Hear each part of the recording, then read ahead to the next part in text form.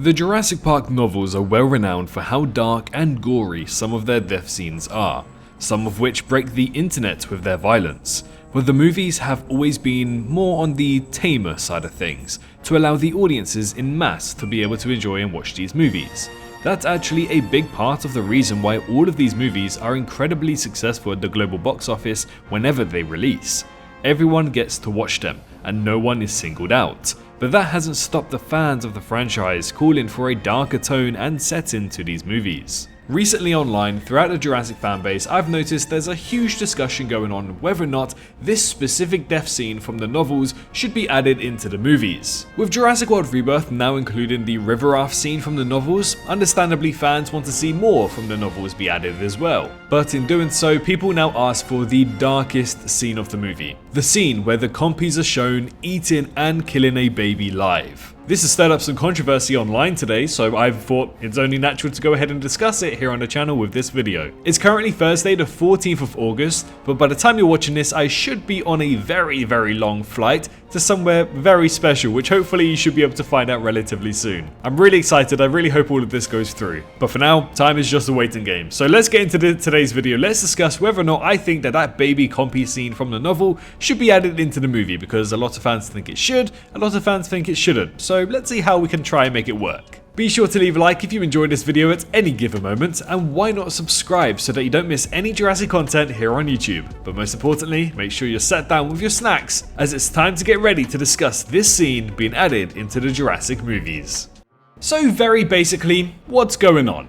Well, 50% of the fanbase want to see a dead baby in the Jurassic movies, the other 50% don't really want to see that. But what do I really want to see? Well, I want to see this scene in some capacity. Now, I'm not saying I want to see a dead baby with blood, guts and gore everywhere, because that's a bit too morbid. But I feel as though this scene could work out very well. I want to see this scene in a capacity where it's so suitable for the current movies, but starts to kind of tread onto the edge of being able to be more of a 15 rated movie rather than a 12 rated movie. But of course not to ruin that PG-12 rating that all of these movies have. So when I saw this controversy yesterday, it actually reminded me of my audiobooks that I've been doing since 2022. Basically what I've done is gone ahead and created my own stories from images or scrapped images from Dino Tracker and even from Jurassic World Dominion. I tried to make them into my own audio story, audio book for you guys to enjoy. Some of which I tried to add some Easter eggs in there, and one of them was actually the dead baby scene in one of my audiobooks regarding the Compsognathus. So when I saw this controversy online, I thought this is the greatest opportunity to try and talk about this controversy, but also promote something. So take a listen, because I feel as though what I wrote here is something that's probably better for the Jurassic franchise if they were to include this scene. He stared at the lifeless body of the compy he just shot, its small chest heaving one final breath. He should have felt triumphant, but instead he felt uneasy. Suddenly, Laura's scream shattered the uneasy quiet. Sam dropped his gun and sprinted back to the house, his heart pounding, wondering why his wife screamed like that. He had never heard her in such terror. When he finally reached the bedroom, Laura was frozen, her hands covering her mouth, tears dripping down her face. Sam followed her gaze to the baby's crib. It was empty. No, not empty. It bared a lifeless, newborn baby. Blood pooled beneath it, dark and viscous. Feathers, tiny ones, scattered around the baby's cot as if they were carried in from outside. And there, in the corner, were the compies. 4 of them, their snouts slicked with blood, tiny teeth bared as they hissed at the sudden intrusion. One had a strip of pale flesh hanging from its mouth, when the other one tried to steal it, almost as if they were playing tug of war with Ava's skin. "Oh God," Laura whispered in disbelief, backing against the wall. "Oh fuck, no. Sam, with his eyes spread wide open as he witnessed the terrible horror that has unfolded in front of him, saw red. He lunged back to the front of the house, grabbing a shotgun he dropped at the door. The compies scattered, but he fired wildly, hitting 2 of them. Blood sprayed across the nursery walls. The others fled through the open window, disappearing into the night. Laura collapsed onto the floor, sobbing uncontrollably, screaming at the top of her lungs until she could pass out. Sam wanted to comfort her, but rage consumed him. He too was suffering. He grabbed his pistol and stormed outside with a look on his face that had the intent to kill. So yeah, to me that works. But it works as a verbal narrative story. Someone who's telling you a story, and maybe even something that you're reading as a story. But as a visual story, such as a movie or a TV show, I don't think that scene exactly works very well. But there are some things that I wrote in that scene that can be used as implied horror, something I feel as though Jurassic could lean into a little bit more. So how can this scene work visually with both sets of fans being happy?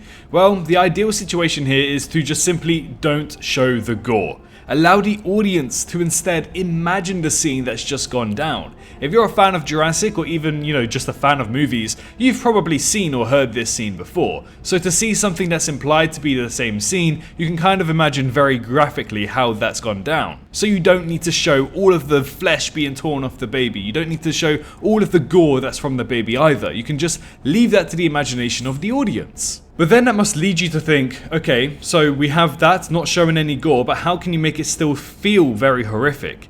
Well, The Quiet Place, a movie, they actually do this very well. They show the tension, the fear, and the horror on the faces of these characters instead. So since we're not using gore as horror, and we're instead doing implied horror for this, all you have to do is quite literally show the horror on the faces of the family, and I'm sure people with children will understand what's gone on here and feel very deeply connected to this scene. For example, just imagine this. You can see that a mother walks into the room and you can see her very confused, and you can hear the little bites and fleshes in the back of your audio. You see her go into the room, you hear her scream, and then you see 3 compies run out with maybe a little bit of redness around their mouth.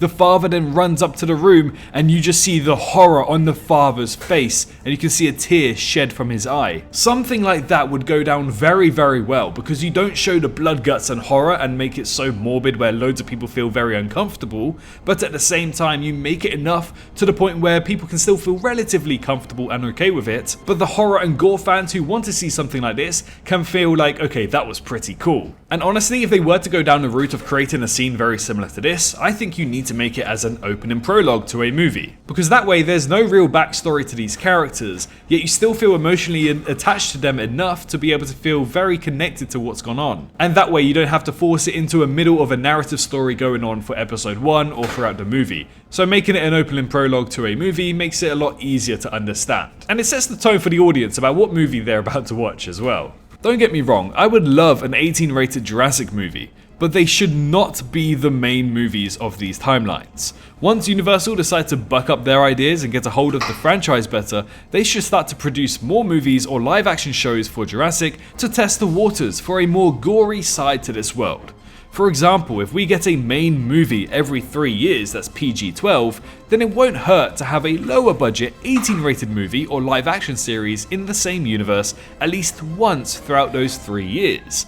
Then you can see how fans respond to it, and if it works, not lose any money doing so. I mean shit, even just adding a Jurassic World YouTube short film like we did with Battle Big Rock would also go down very well. Maybe not 8 minutes long, maybe something more 30 minutes or 45 minutes long would do very well, but you get the added revenue from that, you can definitely lower the budget for the CGI and the actors in that as well, and you start to reach a wider audience, so everyone across the globe can watch it. They don't have to have a streaming platform, they don't need to have a cinema nearby, they can just watch it on YouTube for free. And Universal, if you want any ideas, come to me. I have so many ideas that I think you should do with this Jurassic franchise, and especially one of them being a short movie horror. I think that would go down very well for the fans of Jurassic, and of course the wider audience as well. But in conclusion, I agree with both sides. I agree that fans don't want to see a dead baby on screen, but I also agree with the fans that do want to see something of the sorts. For me, I'm personally in the middle. I feel as though this scene could work out very well,